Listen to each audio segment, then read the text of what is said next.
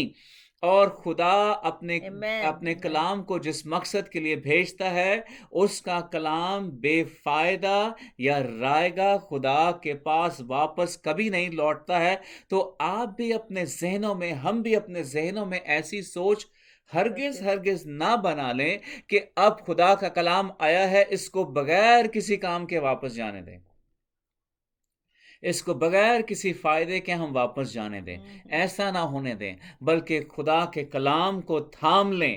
جب آپ کو خدا کا کلام ملے یا آپ خدا کے پاس اس کے کلام کو لے کر جائیں یا آپ خدا کے کلام میں میڈیٹیٹ کریں تو اس کو بے رائے گا، بے فائدہ واپس نہ جانے دیں، رائے گا نہ جانے دیں، اس کو وائڈ نہ ہونے دیں، بلکہ کہیں کہ خداوند تو نے مجھ سے وعدہ کیا ہے کہ تو اپنا کلام نازل فرما کر، میں تیرے کلام کو لیتا ہوں، میں تیرے کلام کو لیتی ہوں، اور تیرا کلام ضرور میری سچویشن میں مجھے کیا کرے گا؟ شفا دے گا. اور پھر ہم جانتے ہیں کہ فرشتے نے، میں کہوں گا اپنی جان چھڑانے کے لیے یعقوب کو بلیس کیا.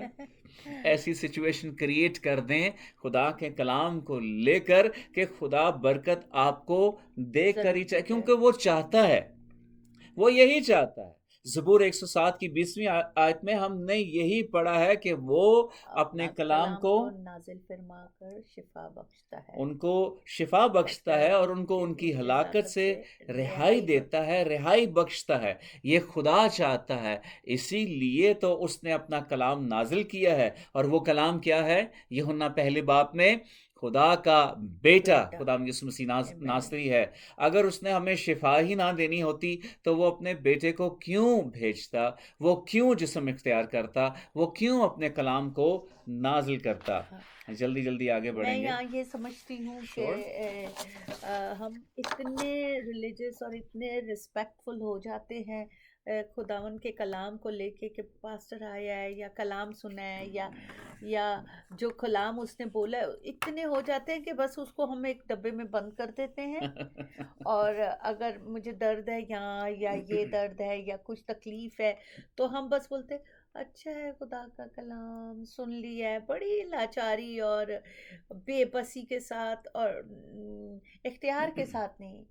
تو میں یہ سمجھتی ہوں کہ ہمیں اسے چھین لینا چاہیے. یس بائبل میں لکھا ہوا ہے کہ آسمان کی بادشاہی پہ زور رہا ہے اور زور آور اسے چھین لیتے ہیں. Yes that's true. اور ہمیں اپنی شفا کے لیے خدا سے بالکل یعقوب کی مانند کشتی لڑنی پڑتی ہے. اور مت جانے دیں اس کلام کو بے فائدہ جب تک آپ اس شفا کو ریسیو نہیں کر لیتے ہیں. آمین. ایمین.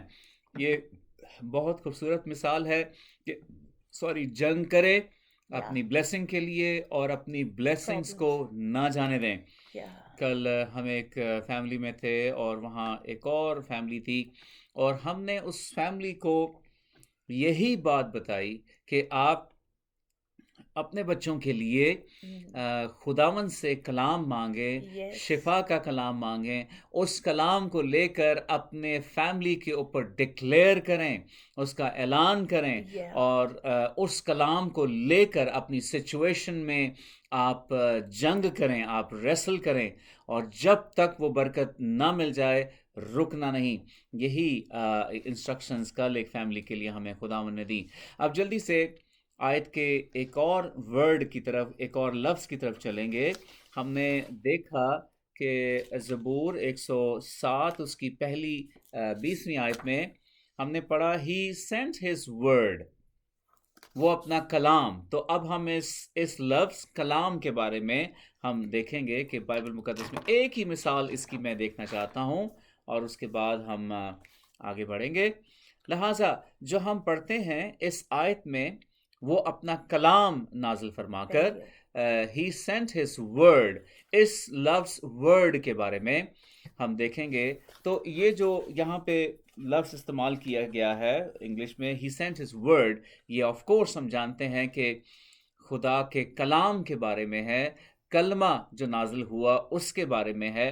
اور جب ہم اس کا ڈیٹیل ٹرانسلیشن دیکھتے ہیں تو اسی ایک لفظ کے لیے the word کے لیے ہمیں جو ترجمے ملتے ہیں، جو فرق اس کے ٹرانسلیشن ملتے ہیں، وہ ہے word, words, thing, things, matter, matters, acts, the chronicles, saying, commandment, nothing, manner, cause, causes. So یہ فرق لفظ استعمال کیے گئے ہیں. I'm sorry میں اس سے زیادہ ڈیٹیلز یہاں نہیں دے سکتا کیونکہ ٹائم کی کمی ہوتی ہے ہمارے سنڈے سرمن میں، اور اتنی ہی ڈیٹیل اس میں آ سکتی ہے. مگر اگر آپ کو نوٹس چاہیے ہوں آپ مجھے بتا سکتے ہیں، ہم آپ کو نوٹس جو ہیں وہ ای میل کر سکتے ہیں. آئیے اس کے لیے ایک آیت، ایک ورس بائبل مقدس میں سے ہم دیکھیں گے. Genesis chapter 15 and verse 1. Genesis chapter 15 and verse 1. پیدائش 15 باب اس کی پہلی آیت. یسوع کے نام سے پڑھتی ہوں. آمین. ان باتوں کے بعد خداوند کا کلام رویا میں ابراہیم پر نازل ہوا اور اس نے اس سے فرمایا، اے ابراہیم تم مت ڈر، میں تیری سپر اور تیرا بہت بڑا اجر ہوں. آمین. آمین. سو یہاں ہم باپ ابراہیم کی طرف چلتے ہیں، اور یہ وہ ارلی سچویشن ہے باپ ابراہیم کے ساتھ خدا کی جو گفتگو چل رہی ہے. اور ہم دیکھتے ہیں، ہم نے پہلے بھی اس بات کی اسٹڈی کی، 11ویں باپ میں بابل کا برج جو ہے وہ بنایا گیا. خدا نے قوموں کی وہاں پہ جتنے بھی لوگ تھے ان کی زبان میں تفرقہ ڈالا، فرق زبانیں ان کی ہو گئیں. اور پھر 12ویں باپ میں فرسٹ ٹائم خدا باپ نے ابراہیم کو اس وقت ابرام بعد میں نام تبدیل ہو کر ابراہیم ہوا. اور یہاں 15ویں باپ کی پہلی آیت میں ہم دیکھتے ہیں، یہاں پر خدا کے وچن میں لکھا ہے، انگلش میں یوں لکھا ہوا ہے، after these things the word of the Lord came to Abram in a vision saying, fear not Abram, I am your shield, your abundant compensation, and your reward shall be exceedingly great. اب کیا ہوا ہے Abram کے ساتھ؟ ان باتوں کے بعد خداوند کا کلام رویا پر ابرام پر نازل ہوا. جو باتیں اس سے پہلے ہو چکی ہیں ان کے بعد، ان باتوں کے بعد کیا ہوا ہے؟ خدا کا کلام. تو ہم زبور 107 کی 20ویں آیت میں پڑھ رہے تھے، وہ اپنا کلام نازل فرما کر. اب یہاں پر بھی وہی کلام ہے جو اسی خدا کی طرف سے، یہوہ الوہیم کی طرف سے کیا ہوا ہے؟ نازل ہوا ہے. مگر یہاں پر سچویشن جو ہے وہ فرق ہے.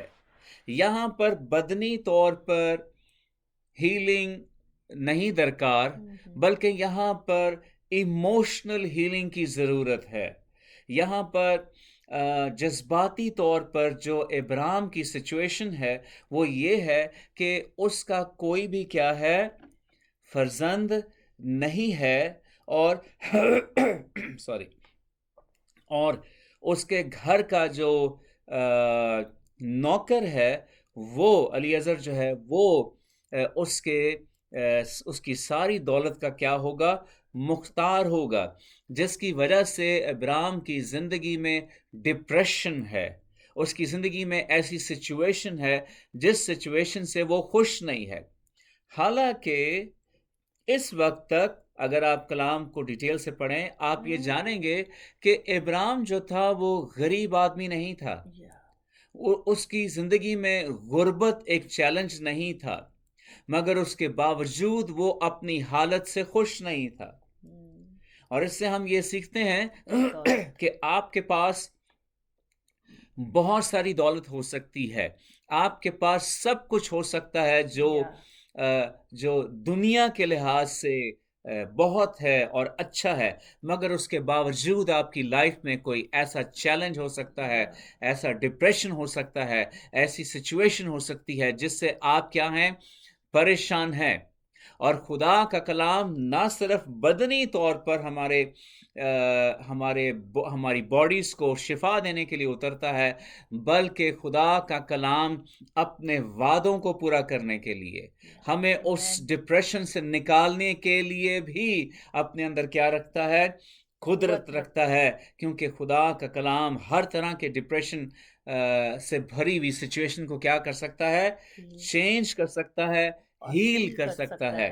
تو پھر سے پڑھتے ہیں، ان باتوں کے بعد خداوند کا کلام رویا میں ابراہیم پر نازل ہوا اور اس نے فرمایا، اے ابراہیم تو مت ڈر، میں تیری سپر اور تیرا بہت بڑا اجر ہوں۔ یہی کلام آپ کے لیے ہے، یہی کلام ہمارے لیے ہے کہ اگر تمام تر مٹیریلسٹک چیزیں ہونے کے باوجود آپ کی زندگی میں اگر کوئی ڈپریشن ہے، اگر کوئی چیلنج ہے، اور اگر باپ ابراہیم کی لائف میں بھی ایسا چیلنج ہو سکتا تھا، تو کیا میں اور آپ چیلنج پروف ہیں؟ میری اور آپ کی لائف میں چیلنجز نہیں ہیں؟ بالکل ہیں۔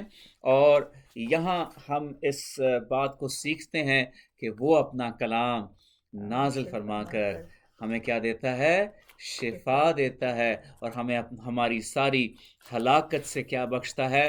رہائی بخشتا ہے۔ خداوند آپ کو شفا دے گا، آپ کو رہائی دے گا۔ آخری حوالہ جلدی سے دیکھیں گے، پوری کوشش کریں گے اس کو ہم 40 منٹس کے اندر رکھیں۔ اگر آج ہم 1-2 منٹ اور اوپر ہو جائیں، please forgive us. So let's read 1 Kings chapter 18 and verse 30.